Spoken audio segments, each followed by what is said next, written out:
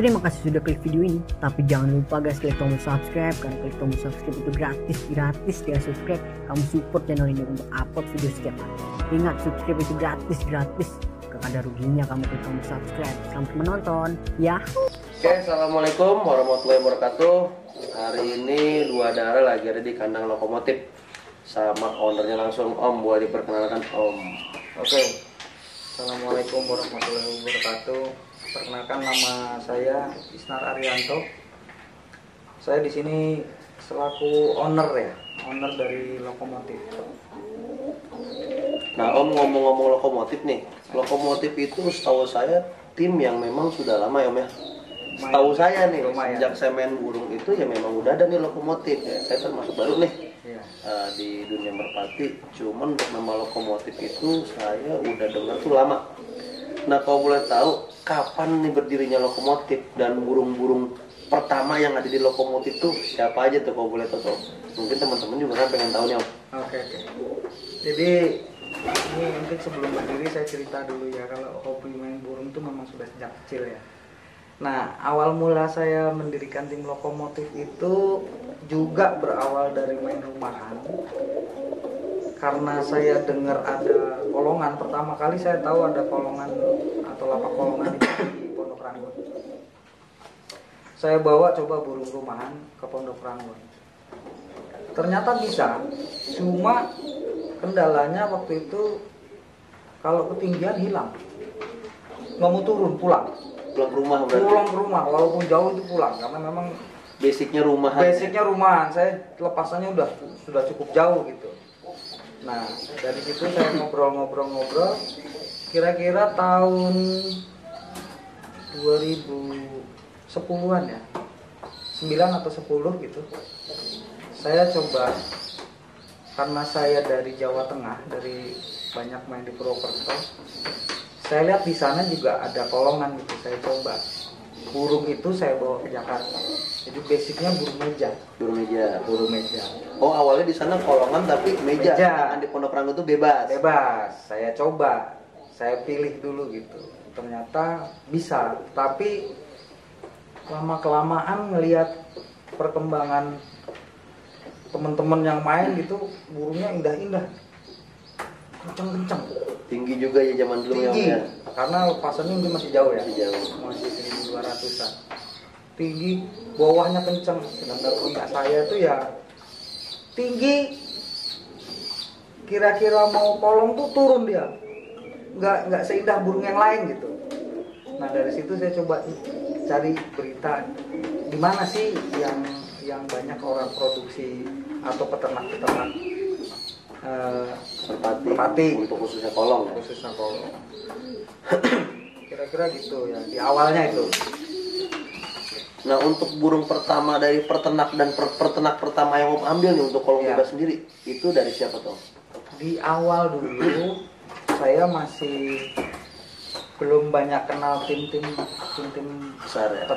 Peternak burung saya juga belum begitu banyak tahu. Hanya ada beberapa teman-teman yang kerjanya di Jakarta, tinggalnya di Pekalongan, di Tegal, di Brebes. Nah mereka cerita, ngobrol. Ada Om dari si A, si B. Saya juga belum tahu si A, si B ini peternak apa. Saya burungnya seperti apa? Belum ada lah. Pokoknya baru kalau orang pemain burung tuh katanya. Tapi memang karena semangat gitu, saya beli. Ya lumayan lah. Kalau di angka nominalnya dulu lumayan gitu kan. Saya coba, ternyata memang jauh lebih kencang ketimbang burung-burung meja. Itu dulu saya punya ada Albadi. Kemudian Songwa, Songji, sama Minyak. Nah punya 4 ini. Itu andalan lah ibaratnya dulu ya. Andalan, karena memang ya masih terlintas sih sampai sekarang bagaimana kestabilannya, bawahnya cukup berkesan lah buat saya. Terlebih yang Albadi ya. Pertama kali Albadi masuk kandang saya latih kira-kira 4 giringan atau fiction. Udah pisan. Nah itu Langsung makin pisan. semangat udah tuh. Terus itu. Hanya sayangnya organisasinya lokomotif ini belum bagus. Jadi kita masih serabutan. Masih banyak temen-temen yang kita nggak tahu cara merawatnya, jadi masih keroyokan lah.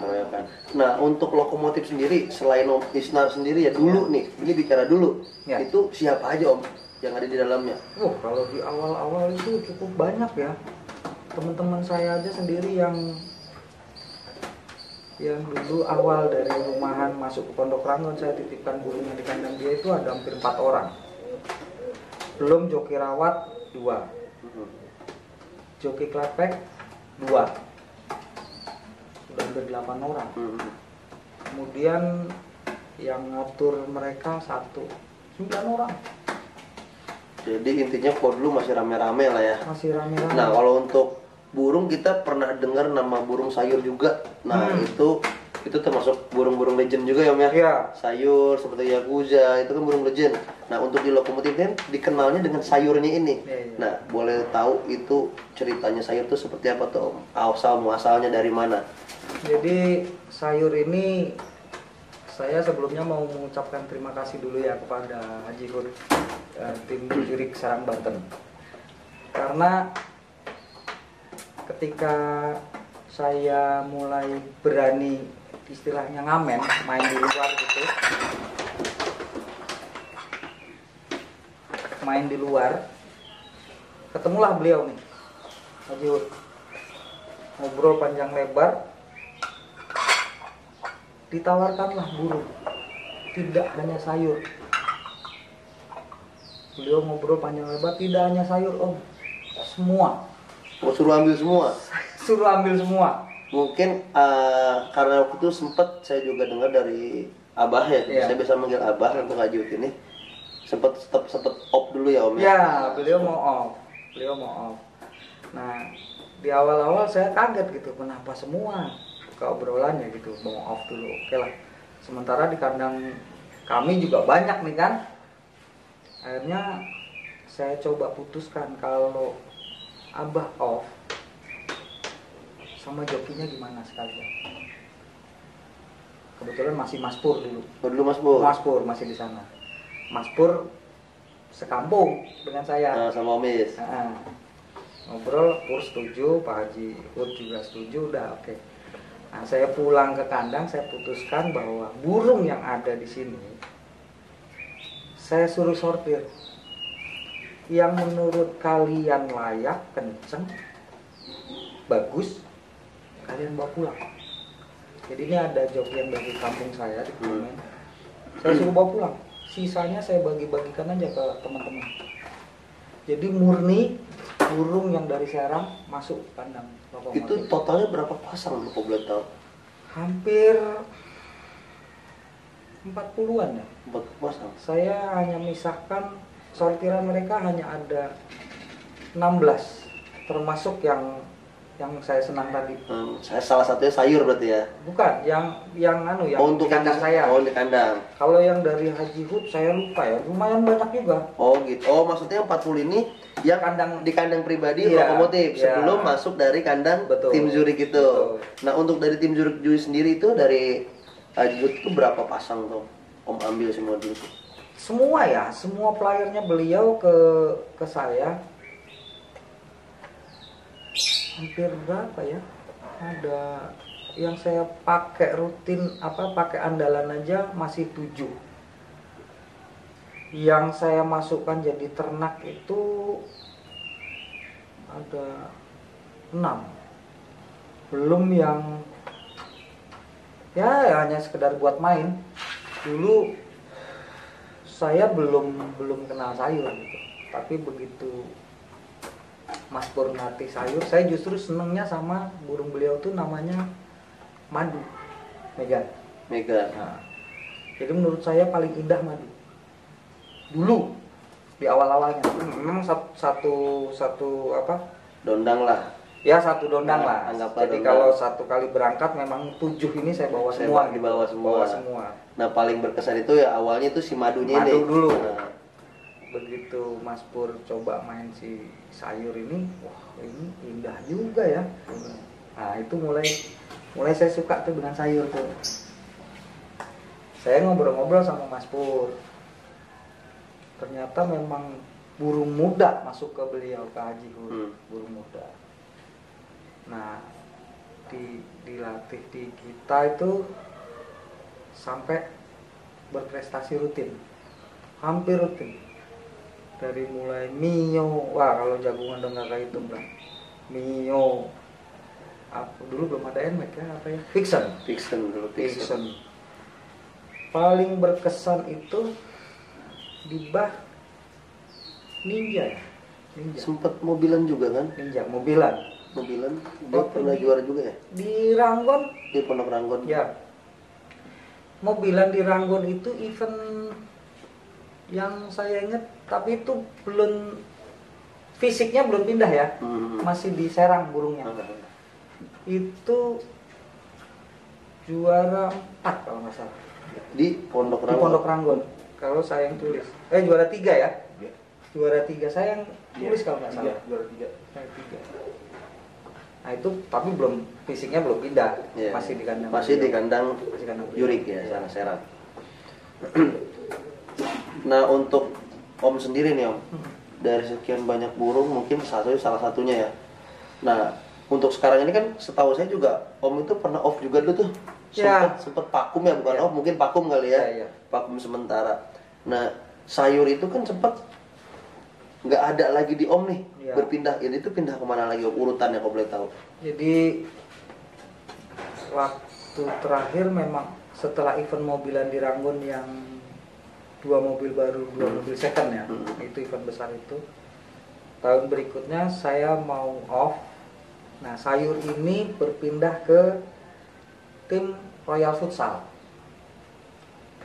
Ya menurut saya sih lumayan, sudah membanggakan. Kemudian nilai jualnya juga buat saya dulu ya, buat saya itu cukup fantastis. Fantastis. Nah dari Royal Futsal kemudian berpindah lagi ke Mas lupa saya namanya, tim Cupenian ya. Marvin. Mas Marvin. Nah, Mas Marvin berpindah ke Cupenian karena di sana saya titipkan Mas Pur. Oh gitu. Mas Pur masuk ke Cupenian. Oh Mas Pur pindah ke sana juga? Iya. Jadi tetap di sayap nih, di tangan dia lagi aja. Mas Pur lagi aja, joki utamanya, joki pertamanya sayur berarti ya. Iya. Nah di Cupunian sendiri prestasinya itu seperti apa Om Lom? Kalau di Cupunian saya nggak terlalu mengikuti ya, tapi memang prestasinya di Tangerang ini cukup terkenal sayur. Sebelum di Cupunian di Royal juga sebetulnya kan istirahatnya lama nih dari saya, terus pindah ke Royal. Saya hanya titip betina satu yang menurut saya pacakan bagus, titip Om boleh nggak saya minta satu keturunannya ke almarhum Bos Ala ini. Oke Om, titip beserta gelang. Jadi itu kan istirahat dia, ngerem tuh. Ketika selesai ngerem, punya anak, dia coba lombakan, juara. Masih juara, sempat juara itu di Royal Futsal. Terakhir saya ingat itu, sebelum berpindah ke Cupenian. Nah untuk generasi sekarang nih Om, burung-burung jalur yang sekarang Om kasar untuk orbitkan gitu kan, untuk dimainkan, untuk mungkin bisa sampai ke kancah nasional lah ibaratnya. Nah ini yang mana aja sekarang nih Om jalur-jalurnya Om? Kalau yang sekarang di kandang ini ya, di kandang ini itu saya basicnya memang masih melatih darahan sayur. Ada satu ekor saya boleh bawa.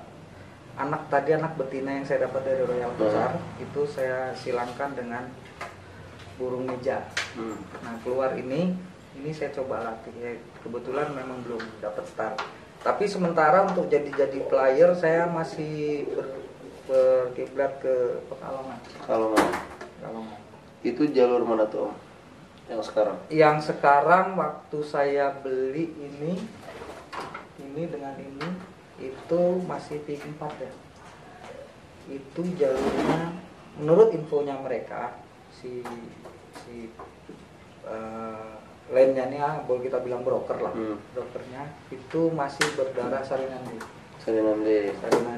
Masih darah legend juga ya? Masih legend. Darah legend. P4 ini saya kasih nama Bimantara. Itu dari P4 saya tidak ambil. Masih di sana? Saya titipkan kepada si yang memberi land ini ke saya. Latih dulu, kalau sudah aman kolong baru kirim. Ternyata P1 sudah dapat Mio. Di luar pengetahuan saya. Jadi begitu iseng-iseng saya tanya beberapa bulan berikutnya, dia kirim hanya foto sertifikat piala dan burung sama di lapaknya gitu. Wah, saya bilang, oke om, mau dikirim kapan? Saya bilang, ya terserah. Nah, begitu kandang ini jadi, saya coba untuk kirim ke sini. Jadi dikirim 2 ini bersama adiknya. Ini masih jalur Sarinande juga? Sama juga, tapi beda bapak. Bapaknya itu masih, infonya ya, masih berbau GR. Oh, bau GR 99. GR 99. Jadi masih burung-burung legend semua lah yang ada di sini berarti ya. Paling enggak berarti ini pembuktian bahwa lokomotif ini masih aktif, masih ada. Alhamdulillah. Masih ikut event-event walaupun belum ke yang besarnya untuk sementara ini ya, karena mungkin juga keterbatasan waktu. Nah, karena untuk joki juga mungkin sekarang ini joki yang sekarang di sini siapa dong? Tahun nih? Saya hanya berdua di sini ya. Joki kalau giringan B Mas Adit. Untuk giringan A saya sendiri. Oh gitu. Jadi untuk sementara berdua. Karena kalau giringan B kan beliau masuknya malam. Oh kerja. Nah, sementara saya mungkin hanya bisa Sabtu sama Minggu. Nah, Jumatnya itu dadakan aja. Kadang Mas Adit sama temennya bisa.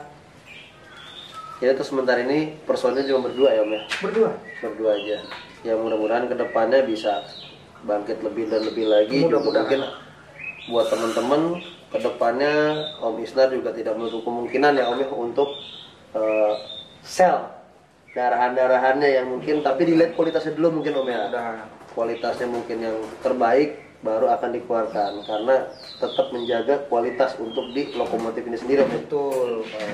Karena nggak mungkin juga dikeluarkan darahan-darahan atau anak-anakan yang kasarnya itu di bawah standar, karena untuk burung-burung sekarang ini tahu sendiri lah om. Iya, makin cc-nya. Jadi memang begitu ya, kalau memang mau sell saya sih lebih suka nih kecil, dewasa, giring, saya coba tarik. Mungkin kalau sudah mulai prestasi baru saya sell. Jadi supaya tidak mengecewakan saya sendiri gitu sebagai owner atau pemilik yang mau jual, sekaligus rekan-rekan yang berminat juga kan bisa lihat dulu gitu. Lebih enak begitu ketimbang ya kalau mau maksa piyik juga tidak menutup kemungkinan gitu. Cuma ya saya tidak menjamin hasilnya gitu. Karena dari pola latih juga itu menentukan. Betul. Walaupun darahan A, B, C, D, kalau pola latih atau rawatan tidak sesuai, betul. Ya hasilnya pun ya seperti itu. Ya. Tidak bisa kita pastikan darahan ini hasilnya akan benar-benar maksimal. Karena namanya peternakan itu atau ternak itu misteri. Nggak bisa dipastikan. Nggak ada yang bisa memastikan lah. Even kita punya bagus dengan betina bagus, belum tentu hasilnya bagus. Oke, buat Om Isnar sendiri mungkin ya, setelah burung-burung yang lama, mungkin untuk di tim sekarang ini kan personilnya tadi cuma berdua ya? Iya, Mas Adit. Nah, sekarang burung-burung yang jadi andalan di sini tuh yang bermain atau masih main, yang sudah berprestasi itu salah satu siapa aja tuh? Yang prestasi itu Murni itu terahnya itu terah pasar ya, terah pasar. Jadi teman beli dari pasar, ketika dilatih kami suka burungnya. Enggak kenceng, tapi memang punya karakteristik tersendiri gitu burung. Punya skill berarti. Punya ya? Skill sendiri. Ya? Hobi ninggal, ketika gandeng tarung cc juga kadang dia tutup lawannya. Jadi itulah yang buat dia prestasi. Tidak tinggi pukul, tapi burung 3/4. 3/4. Nah, ini murni ini ya. Murninya nih berarti. Iya, di awal itu setelah rampas piyik saya coba lomba sama Mas Adit. Ini mulai dari jagungan, Mio berkali-kali. Mungkin Mas Erwin juga Ya, sudah pernah lihat ya. cara kerjanya. Ini ada juga nih di Legok, di Ponda, nih ada juga di video kita nih. Ini mungkin teman-teman cukup mengenal ya. Nah ini untuk Murni sendiri nih teman-teman, dia punya badan bulat, pendek tapi ini burung Pendek? ya, burung pendek, punya lar, tapi runcing larinya nih om. Lar sprint ya berarti ya, larnya lar sprint teman-teman.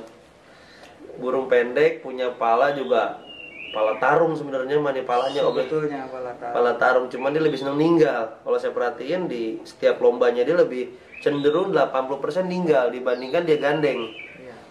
Ini burung punya leher juga nggak terlalu panjang om ya. Iya. Sedang lah lehernya. Makanya dia mainnya 3/4. 3/4 mainnya. Begitu. Selain Murni nih om, dulu saya pernah dengar yang Pujangga ya. Itu Ya. pernah dimainin di Kebayunan kalau nggak salah. Pujangga pernah main di Di Bayunan. Kebayunan. Nah itu burungnya kemana tuh mau lihat? Alhamdulillah sudah ada yang suka, sudah berpindah kandang ke, kalau tidak salah ke tim jari-jari ya. Tim jari-jari. Iya. Itu di angka berapa tuh? Boleh tahu? Aduh, angkanya Lumayan juga berarti ya. lumayan lah. Lumayan ya. Lumayan itu. Itu dulu ada juga Pujangga, dia punya burung halus terus tuh, datangnya tinggi Ya. tuh burung tuh. Punya los panjang juga. CC ya nggak usah dibilang lah. CC. Itu tuh sempat prestasi juga om ya? Prestasi itu juara mobil second kalau tidak salah, sama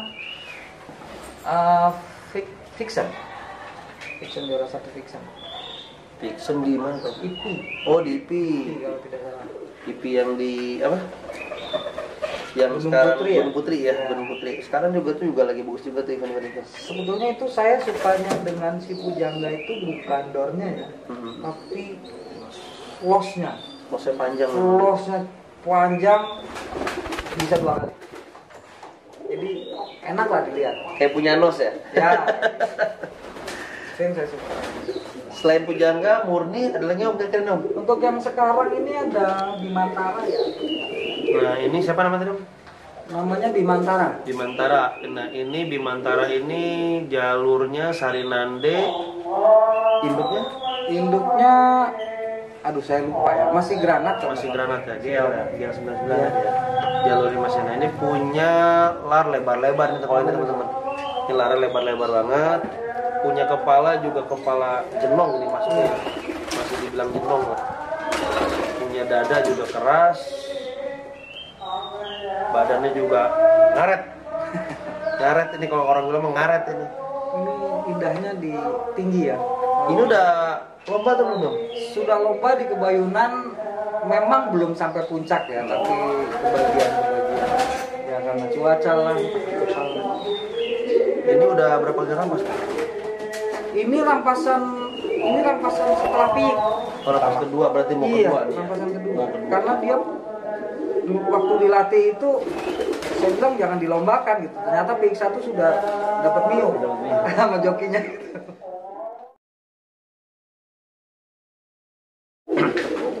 Oke, lanjut Om. Ini Selain tadi Bimantara ya? ya. Nah, ini adanya berarti nih. Ini adiknya. Ini baru saja rampas, baru rampas peak ya.